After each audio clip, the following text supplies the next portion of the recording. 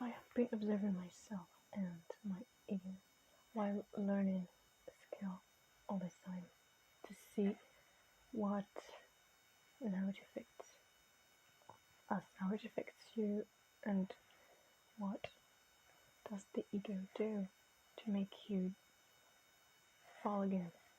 The first thing that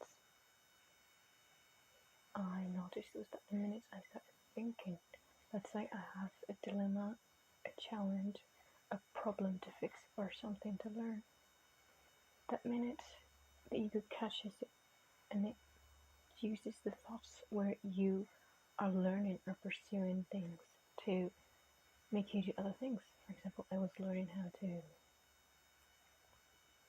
stitch, how to sew, and then, or to search and have a better technical word and vocabulary. What did I do?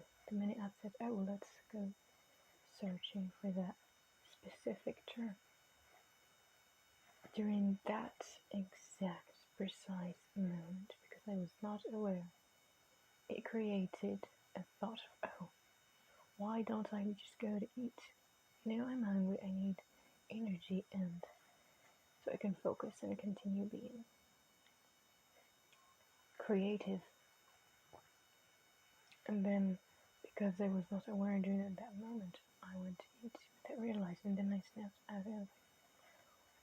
Since when was I going to eat? Because that was not the intention. And I know quite well that food is it makes you very chaotic. And it's not a help at all with creativity. And that's why they say intellectual people are evil and dangerous, because the thing you use being an intellectual, I don't know what you're doing. You're creating technology, you are inventing something, you are searching, you are educating yourself. But if you are too immersed in that without having that space between you and what you're doing, the ego is going to use it against you, whether you like it or not, because that's the weapon of the ego, is thoughts, is thinking.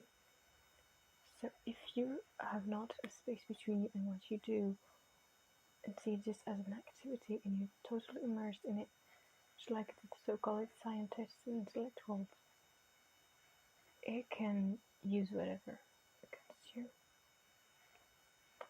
And it is important, of course, to be technology, to invent, to solve challenges in the world, but with certain balance and awareness. Without awareness, it's still destructive and it doesn't really help, because many scientific creations were used for egoic reasons. And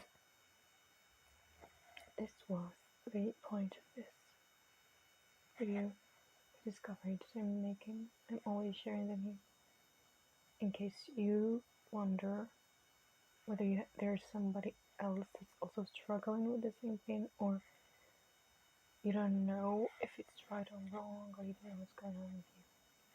So the solution I have found is that the minute there are too many thoughts emerging and that the ego is using it against me, I step back. I stop. Do nothing. Of course, during all that time I don't eat, because it makes things worse. It just makes the ego more chaotic. It makes it go into more darkness, and to use this as an excuse to use pleasure in food. So what I do is that I step back and I meditate, or I focus on my state and see what is going on inside. What is the ego? What is it planting behind my back? What is it doing? For half an hour or an hour, and then go back. You could say that this is the same as meditating. You step back, meditate, and you go back. This is how you can approach learning in a more healthy way. Have a good day. I hope it helps.